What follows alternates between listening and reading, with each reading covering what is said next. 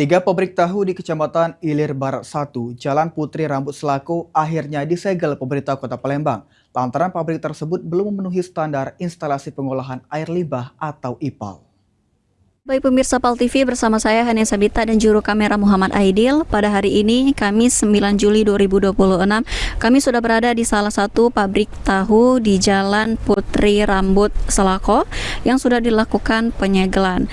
Terlihat di belakang saya, pabrik tahu sudah terpasang spanduk larangan melakukan kegiatan serta garis kuning larangan dari Perlindungan dan Pengelolaan Hidup atau PPLH Kota Palembang.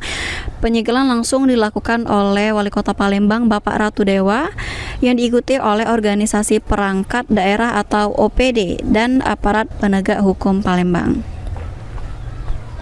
Ada beberapa usaha tahu ya, semua sudah kita lakukan, upaya-upaya secara administratif sudah kita lakukan.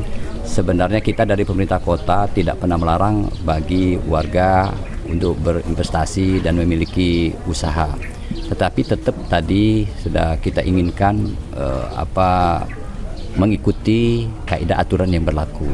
Maka di sini ada berapa usaha tahunya Pak Musain? 19. Ada 19 ya.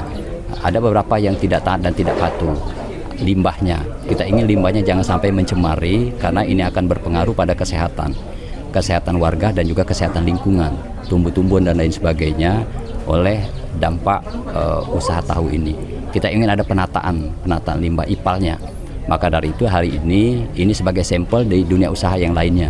Sebagai sampel kita tutup dulu usaha tahu ini karena ada limbah yang tidak tertata dengan baik.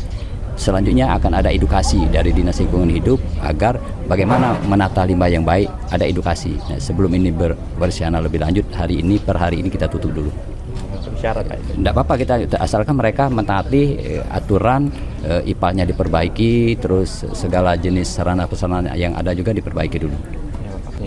Ada berapa ini? Ini ada 3. Ada 3, ya, salah satunya ini 3 ya. Dari data DLH Palembang, total pabrik tahu di Kecamatan Ilir Barat 1 ada 19 pabrik tahu dan 5 yang sedang dalam peninjauan.